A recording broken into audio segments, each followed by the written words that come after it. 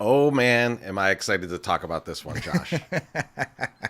I, uh, I'm sure everybody who's watching has watched already. If you haven't, go watch it. But I Yeah, think it's spoiler it's alert.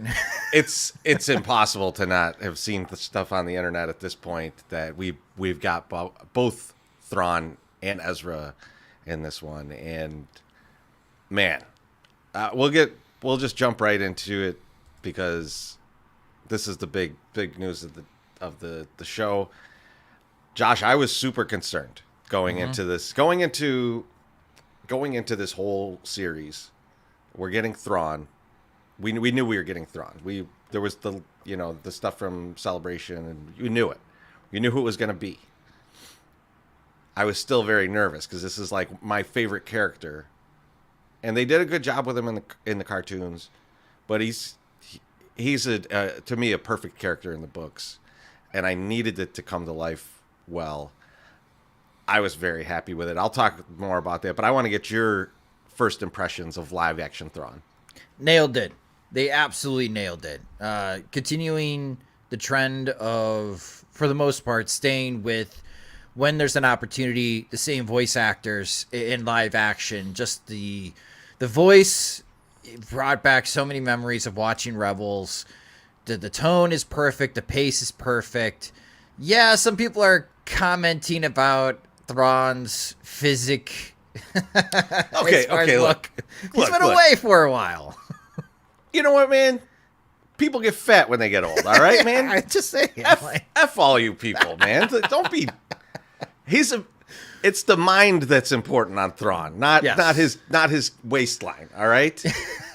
yes, but the way that the stormtroopers look, like they have been in a really dire situation, and then of course just how intimidating Thrawn's Star Destroyer is as well. They nailed it. Not only did they nail Thrawn, they nailed the Night Sisters. This is the first time we've seen the Night Sisters in live action, and they That was crushed cool. that too. That was very cool. I was you know what I think that they did really great with the Night Sisters was their voices. Yes. Because they had like in the Clone Wars they had like this kind of echo to their voices, and they did a really good job of bringing that to life. I thought that was very cool. Yeah, Thrawn. I think to me the moment that really kind of encapsulated who he is and how he thinks is when he's talking about Balin and Shin going after Ezra and Sabine, and he says, "Our mission is to get out of here, and if we have to leave them behind, that's fine. That's so be it. That's collateral damage to this situation. I don't care." And that is really how he thinks in the books. That is, if he has a mission, he's going to accomplish it. And yeah, someone, like in one of the last books, like I forget exactly which one it is. Like he was like willing to blow up a planet because he needed to, he needed to win this battle. And they're like, "What about all the people on that planet?" And he was like, "I don't know. Those aren't my people." Right.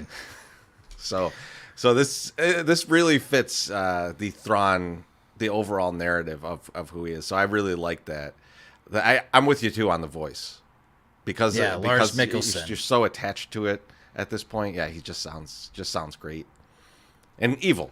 He sounds evil. Like that's the important piece.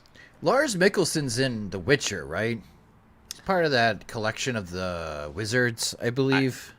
He may be. I know he's in like the Sherlock Holmes show. Okay. He's Moriarty, I believe, in one of those shows. Got it. So, yeah, I mean he plays this kind of character well. So it's actually very cool to see him. I did like when I saw him and he's like a little thick. I'm like, that's not normal Thrawn. He's usually very physically fit, but hey man, we get old. We get old. I'm just gonna leave it there. Yeah. So I do have a question for you though. When we come upon Peridia, the Night Sisters are there. They meet Morgan, and they are obviously working for Thrawn, subservient to him in some way. Why? Why are they trying to help out Thrawn? Like I'm trying to wrap my head around why they think that Thrawn is someone that they should work for, really. Maybe it's a vision. Maybe they see something using the dark magic that enables them to escape from that planet and to go back to another home, Dathomir. And the only way they could do it is in their vision, Thrawn takes them. And I think that's the reason why they're working for Thrawn. The Night Sisters, very vision oriented. Whatever they see in the green smoke or in all of their magic items heavily influences their decision making. So for those that did not watch Rebels and you are not aware of who the Night Sisters are, you're getting a crash course. And to cause even more confusion, because for those that did not watch Rebels, I think they're a bit surprised to learn that Darth Maul is alive in Rebels. And it's touched on in this episode, in which Thrawn suddenly brings up the ability of the Night Sisters to resurrect the dead. And that is what they did with Maul, to bring him back to life and then add robotic legs, because he was missing that half. So the Night Sisters are obviously very talented, but they brought Maul back because of a vision. And I think here, that's why the Night Sisters are helping Thrawn. And obviously, these 3 Night Sisters, incredibly strong and in tune with dark magic, Chirizi, because they could foresee things that are happening, or they are a fantastic galactic radar system for Thrawn to inform them who is coming. Yeah, they absolutely seem valuable. Like I don't want to discount that. It's interesting that they are helping him, and maybe it's just that they don't know everything about the Empire or who called the shots when they wiped out the Witches of Dathomir. Mm-hmm. So I think maybe that's something they find out later on, or when they get to the galaxy we're familiar with. They find out. One thing on the Darth Maul thing, for those in the comments, I know you're thinking about his lower half being replaced. You want to look up what does Darth Maul's penis look like after this. I'm just going to warn you, there is a lot of images on the internet of that. So don't go look at that. Please don't go look at that. It'll ruin your day. But back to the episode. Or make it, depending, Hey, I'm not judging. I'm not kink judging. shaming. No kink shaming on this show. I just wanted to let people know that if they were curious, they're in for something. So yeah, speaking of that though, speaking of penises, okay. Darth Maul's penis, no, of the Night Sisters seeing this, they foresee that Ahsoka's coming, and in a moment that I was a little bit surprised in Thrawn not having all the information, him asking for info about Ahsoka. Yeah. At this point, he does not know who trained her because he asks for that. When he finds out it's Anakin, what do you think his reaction is going to be? And to preface this, I'll let the commenters and everybody know. Yeah. In the books, Thrawn figures out that Anakin and Darth Vader are one person. So he's working with Vader. He had worked with Anakin in a separate mission a long time ago. He knows that Vader is Anakin. He even comments to him about something like that, and Vader gets annoyed, and then he's like, "Oh, I must have mistaken the people I was talking about." And so he was sure at that point. So he knows that when he finds out Ahsoka has been trained by Anakin Skywalker, aka Darth Vader, what do you think his reaction is going to be? How do you think he's going to approach this situation? He's going to be incredibly cautious because he knows just how great of a Jedi Anakin Skywalker was and how fearsome Darth Vader was. And he would not be underestimating Ahsoka. I feel like the lessons learned by Thrawn, and he does learn lessons, that he is not going to underestimate Ezra Bridger. I feel like he's underestimating Shin and Baylor, or he doesn't think highly of these two. Yeah. So that's why they're expendable, in his opinion. But he is not... It's like he's not going to let Ahsoka and Ezra breathe. If there is an opportunity to take them out and add more pressure, he's just not going to miss that opportunity because of past lessons learned. There was an episode in Rebels in which there's a bombardment. I believe it was on Lothal, and the shields were dwindling down. But Thrawn eases up, cancels the attack because he wanted to send them a message to the rebels to quit what you're doing. You cannot possibly stand up to us. I have too much power. And that burns him because Ezra finds a way, using the Force and the Purrgil, the space whales, to banish him where he is. He already underestimated Ezra, and that cost him. But like I mentioned, Thrawn easily learns from his lessons, and he does not repeat mistakes. And I think when he learns that Ahsoka is the Padawan of Anakin Skywalker, he's going to be incredibly careful and take every measure possible to wipe out Ahsoka Tano. Yeah, I have to agree. Like, I feel like the idea here that okay, let's leave these guys stranded here. He feels like Ezra has not found his way off this planet in the same amount of time that we've both been here. I think he's probably dead. If he's not, just leave him banished. With Ahsoka in tow, I feel like he's definitely going to be like, we have to take care of this before we go. Mm-hmm. Which may end up being problematic for him, because that's the only way I see that they get back, especially when you hear the piece about the Purrgil come out here to die. It doesn't seem like there's a return flight, so right.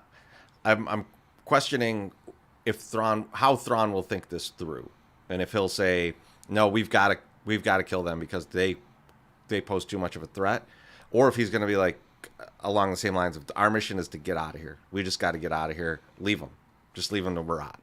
I'm interested if which way he goes on that. Yeah, given the order to destroy all Purrgil coming to the planet, it's gonna make one hell of an opening scene in the next episode. Oh man. Huyang and Ahsoka they're gonna have to fly. That's gonna be tough. And to your point, like the return, Thrawn will be able to tell everybody, Morgan Elsbeth and his troopers and even the Night Sisters, if she found a way to get here, she could find a way to get back. And that is a problem. So like to your point, Ezra, not that big of a concern. Ahsoka, huge concern for Thrawn. And it'll be interesting to see in these last 2 episodes on how Thrawn attempts to handle this. And again, Dave Filoni is supposed to have a big movie, and I think Thrawn's going to be a big part of that. So I think this kind of sets the stage of this hero versus villain type of battle we see in so many stories heating up here between Ahsoka and Thrawn.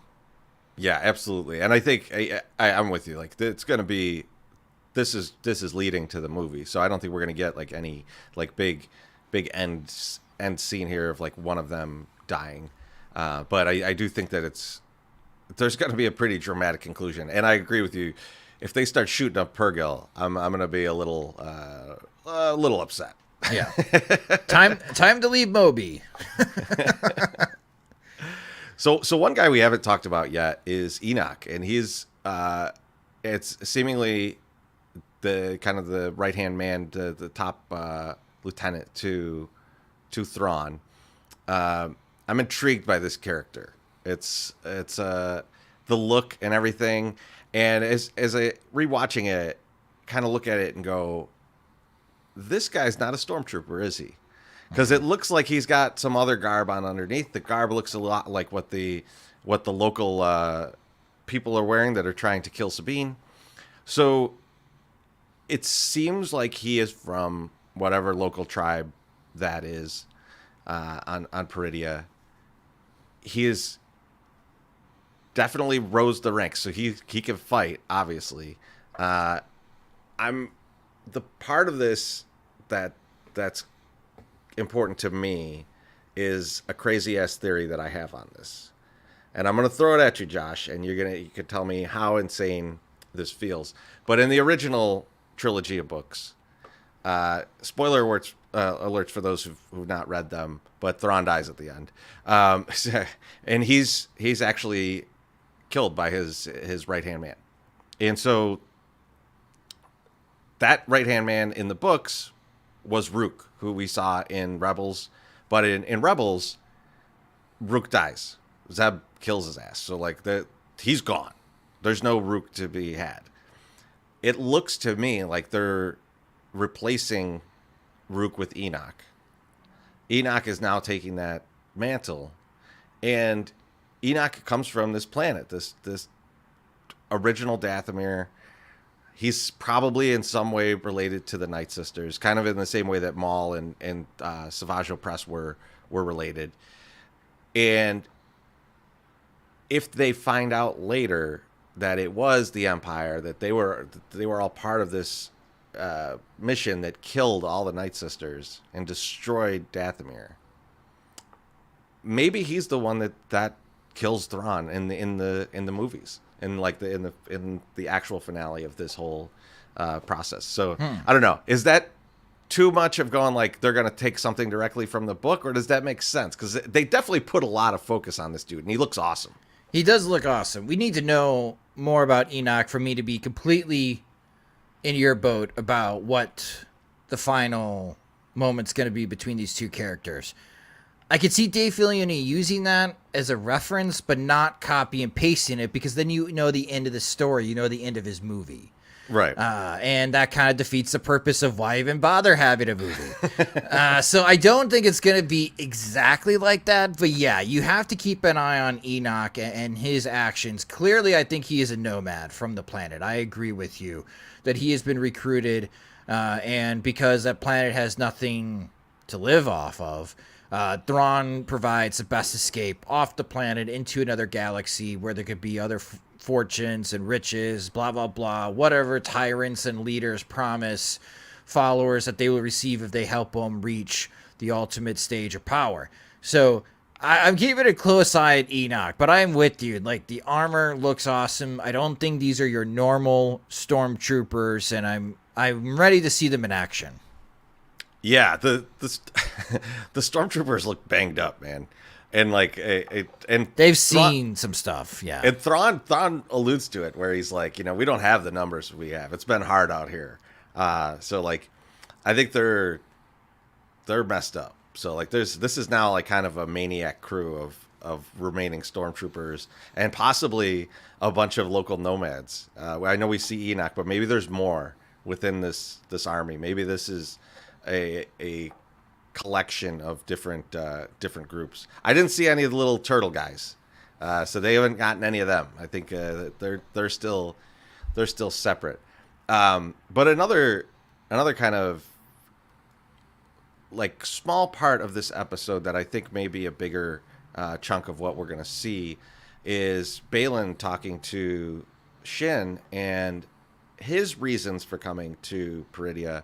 It seems different. It seems like he wanted to come here not to find Thrawn, doesn't care about Ezra. He's here because whatever these stories are that were told to the Jedi, he feels like there's some kind of beginning here, and this is where he can affect that somehow. Josh, what did you think about that? Because it's very vague, but it's very interesting. Let me pitch this to you. The Night Sisters obviously derive their power from a source, which is what Baylan has referred to. Chirizi, what if there's a Sith temple on the planet? Okay. So there's one of the first ever Sith temples. Yeah, so like we see one of the first Jedi temples in the sequel trilogy, where that's where Luke is at. And in the cartoons we get the kind of the wellspring of life and things like that.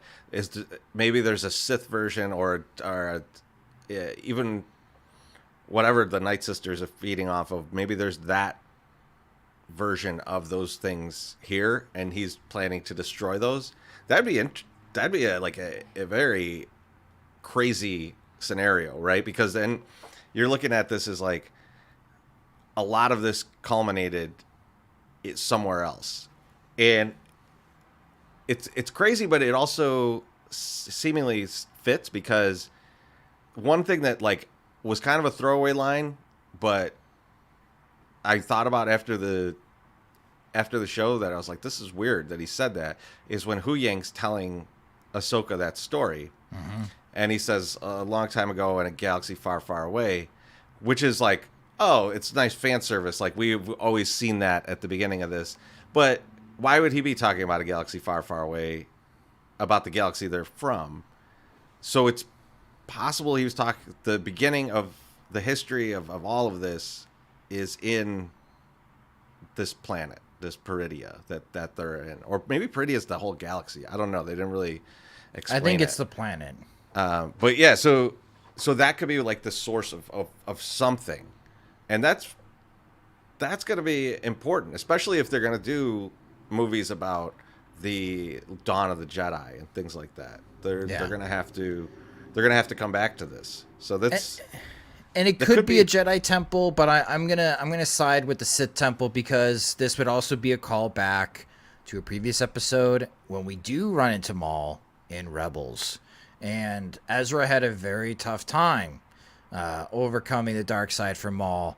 That's also where we left Ahsoka before she got pulled from the world between worlds by Ezra, when Ahsoka had to face Darth Vader. So if this is a Sith temple, and the thing about Sith temples is that you need multiple people to get through this type of maze. It's not very straightforward with like a Jedi temple. It takes two, a master and a Padawan, to open the temple, and then you can enter into the temple. Sith temples are a little bit more complicated, which I think references and it influences a lot of Star Wars video games, especially when it comes to like the puzzles when you're playing the most recent type of Star Wars game. So I'm going to go with Sith Temple. I think that's what Balin's plan is. I agree with you, Chirizi. Something is influencing these stories.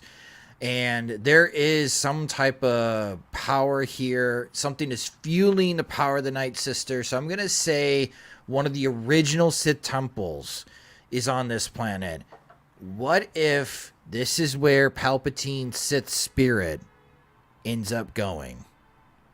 Well, I mean, I wouldn't love it, but they do have to tie this back. They have to tie it back. They got to get rid of the somehow he came back, right? Like so there's definitely something they'll need to try and get this together. I am laughing at this comment that says can't wait for Enoch to die in the next episode, which is very very possible if I give him the death sentence there.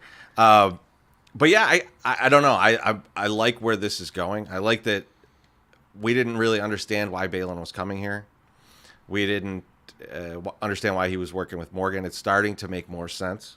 Yeah. I think something that he said to Shin was intriguing when he said, I did not train you as a Jedi. I trained you as more than that, which is similar to what Anakin has told Ahsoka. Right. So I think that I'm still giving my one theory some hope of like there's a new order that's going to be started out of this, but let's get to probably the. Do you want to talk about the theory? The very widespread theory. Sure. What's that? A lot of people think this is the origin of the Knights of Ren. What are your thoughts about that? Like that. Those nomads. Shin, the nomads and that. Shin and Balin. Yeah, and Balin's like, we don't always need bloodshed. And there's a lot of people who are thinking, well, if you talk about origins, we have no idea, even though they look cool, we have no idea who the Knights of Ren are and what their purpose is. What if that's Balin's plan and starts up the Knights of Ren? Like, that is a very popular theory right now that people are running wild with online. I don't necessarily see it, only because the Knights of Ren seem to be somehow related to Palpatine, because prior to Kylo Ren taking over that group, it seems like they must have had some kind of connection to the Sith, which maybe this is the case here, right? And that's this is how they get off the planet and they go out there. I would say I find that doubtful, because the only way that I could see it is if there is truly going to be like some big connector here, like you mentioned, between the Sith and this planet, then maybe they are like Sith worshippers type.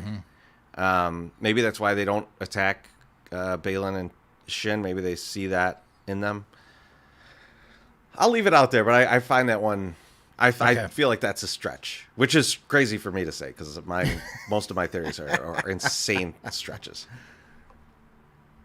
So what I was getting to a second ago was that we do get Ezra in this episode. We finally get to him.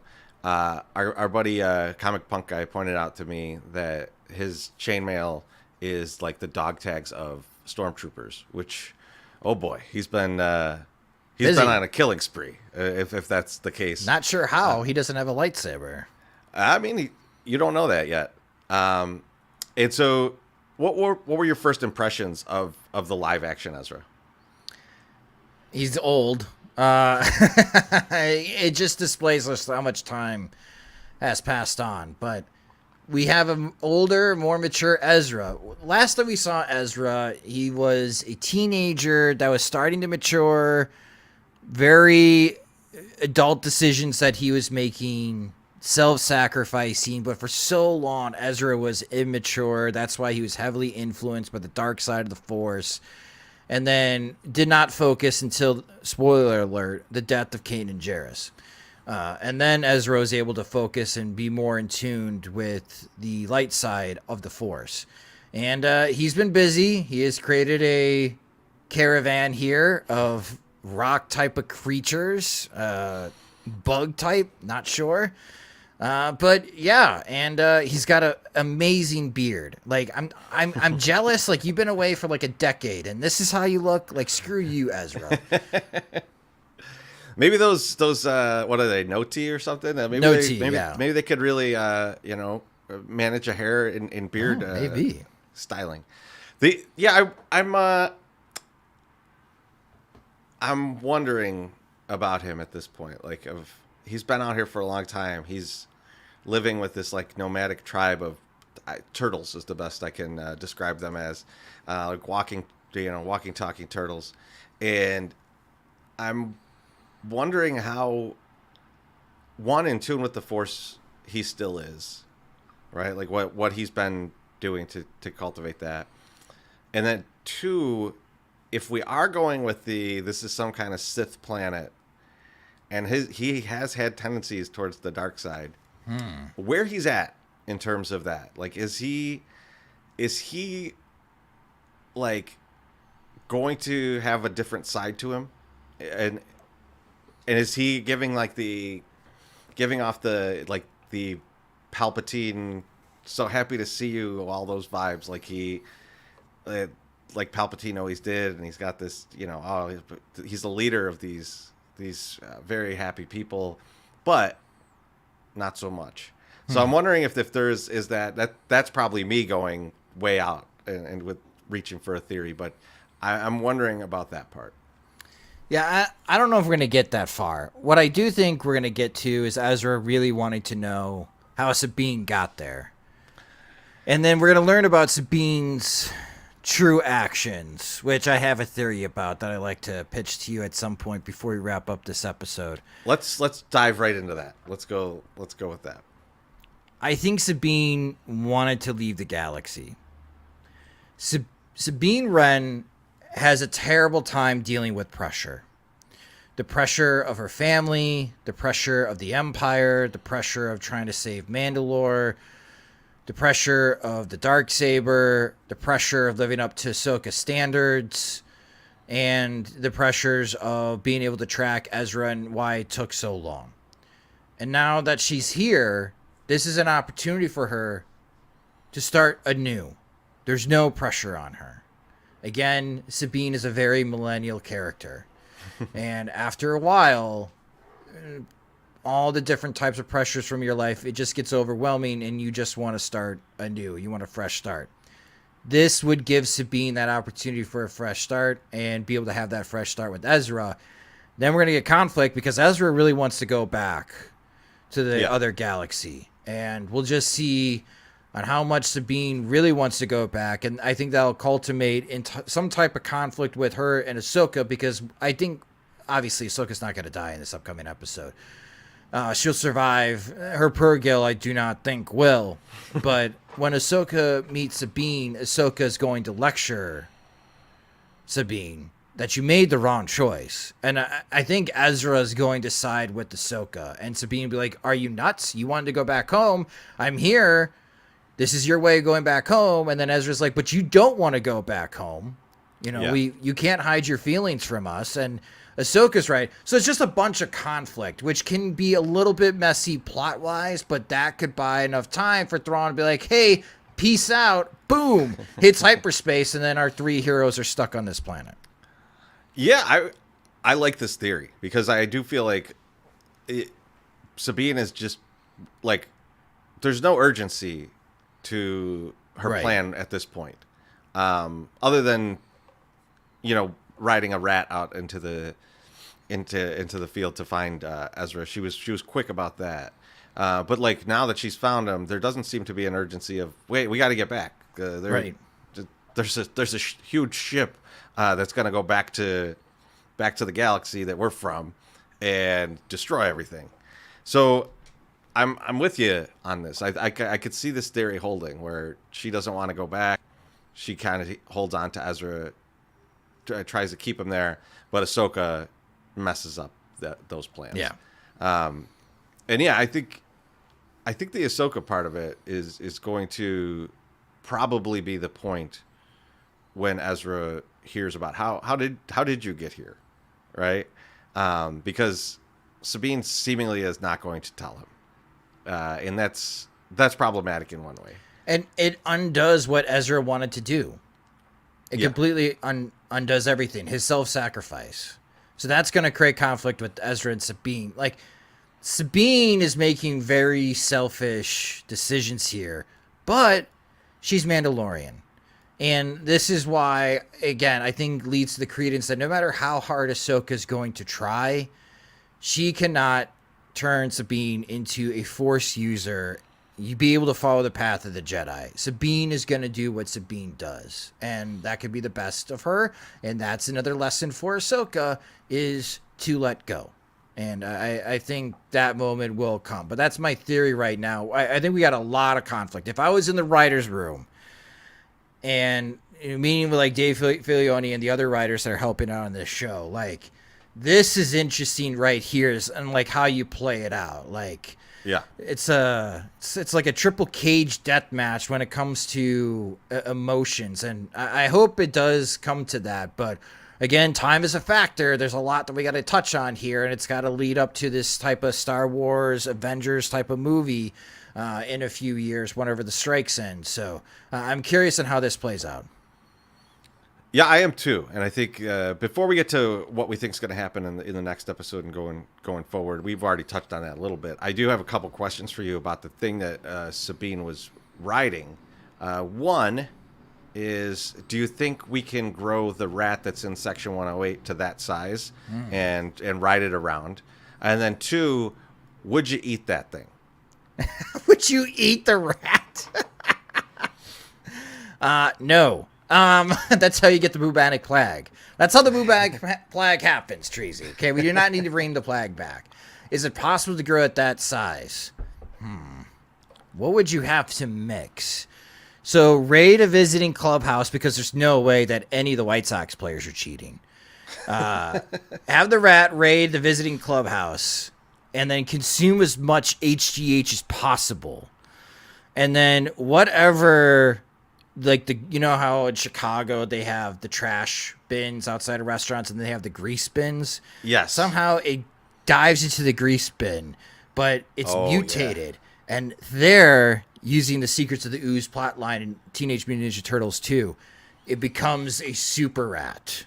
Okay. And then it hunts down its nemesis, Beef Loaf, destroys him, and then learns just how powerful it is, and then goes on a rampage. I don't know. I feel like I don't think Beef Loaf is his arch nemesis. I feel like there's he's floating like a lot of rumors out there. One of his cats could be. That feels more likely. Although Beef is an old cat lady, so like maybe he is maybe he represents the other side of rat dark and light sides. Uh, so let's get to the next episode. So I do agree. I think it's going to start out where they're just trying to shoot down Purrgil, which is going to be a mess. Fun. That's going to be kind of crazy. We're going to find out if the Purrgil have any type of defense system other than just crashing into them. So I think that's going to happen. What else do you think happens in this next episode or in the next 2 episodes? I think Ahsoka sees Thrawn leave. Like the eye of what's the name of the ship? Somehow that eye like attaches to a Star Destroyer and acts like a super high hyperdrive, and boom, they leave. So then Ahsoka has no other choice. Be like, well, there goes the people we were tracking. I guess we'll try to find clues on the planet, and then using the Force, that's how they connect with Ezra. The one question that I have, though, how important are these catacombs? Because, man, they do not want to leave anything behind from the catacombs. And I'm wondering if we're going to find some additional secrets on just how important the catacombs are and how they play maybe into a bigger picture for Thrawn's strategy when he does return. Yeah, I mean, they're definitely emptying out. They're definitely taking a bunch of bodies with them. Now, it is the Night Sisters. It could be something where they're like, we're going to resurrect these people, or we're going to do something, or like, along those lines. It could just be like, we don't leave without this. This is part of our religion, right? I don't think the latter makes that much sense. The former would be, this is how, you think about Thor Ragnarok, right? Like where they have like that army of the dead. This could be is something similar. That could be very cool. That could be and kind of terrifying. So I think that might be a nice touch with that. When you say that they're going to leave, who's getting left behind? I'm assuming Ahsoka. And then we've got probably Ezra and Sabine also. Yes. And are Baylan and Shin getting left behind? Yes, I think everyone gets left behind. And a curveball here, they're all going to have to help each other to get off the planet. Right. And get back to their galaxy. So I think that will be very interesting in how that plays out. So that's my prediction for the next episode. How about you, Treasy? Like, what do you think is happening here? So I floated the stranded theory to Cornsey after we watched this episode, because that is a device that they've used multiple times in the shows, and I think that most famously was the Zeb and I'm blanking on the guy's name, Callus, I believe. Yeah, Agent Callus. They were stranded together. This is kind of where Callus turns. Great episode, by the way. It is a really good episode. It felt like when you had it felt like almost like a throwaway episode of like this. They're just trying to do a Zeb episode, right? Mm-hmm. But this is really a turning point in Callus's life, and so that could be how you start to turn Baylan and Shin back to the light side, or this might give Ahsoka and Ezra more insight into where these two live on the spectrum of light and dark. Yeah. And maybe get back a little bit to what Ahsoka saw on Mortis. And so it could be that while we're looking for them to go back to a more Jedi-like kind of likeness, we could see everybody else pull a little bit closer to the middle, a little bit more of what would have been like the gray Jedi of the books, right, of the Legends books. So I think that maybe I'm definitely feeling like people get stranded here, though. Like they've definitely made it apparent that like I'll leave everybody behind. I'm getting back. I'm tired of eating these turtles. It doesn't show in my belly, but I'm tired of eating these turtles. And these rats. And these damn rats. What if they have to be delicious, those things? Look at those. Just gamey, greasy. Probably. No. Probably a little gamey. They are beasts of burden, and kind of like beaten like a donkey. But it's also delicious. But yeah, they're definitely gonna get stranded. I am now very intrigued by the idea of some kind of old relic or old temple or something being here, some kind of source of the Force or source of darkness, and I want to. It's to take the words from the Night Sisters. I want to pull that thread. I want that thread to be shown. So I'm very, very interested there. But I think Tuesday we're going to find out quite a lot. There's a lot going to happen in these last 2 episodes. They are 2 separate directors, so I don't think it's going to be kind of a one piece. They're obviously going to flow into each other, but I don't think it's like just all one to be continued story. I think it will be 2 very separate episodes. So I'm looking forward to that. Josh, anything else before we take off? Just prepare for those that have been somewhat complaining about this season of Ahsoka for some type of cliffhanger. Because again, as we've been talking about, this will all lead to a movie where season 3 The Mandalorian, I don't think there's much of a cliffhanger. It's Din and Grogu chilling out at their new house. That's a nice wrap up if they are done making new seasons of The Mandalorian. I do not see that happening here with Ahsoka. I am expecting a cliffhanger at the end of episode 8, Treasy. I'm with you. It's got to be. They're building towards something bigger here. They're going to fix the sequel trilogy. So we'll leave it at that. But thanks everybody for tuning in. We will talk to you very soon. Look forward to the next episode. It's only a couple days away. Talk to you soon.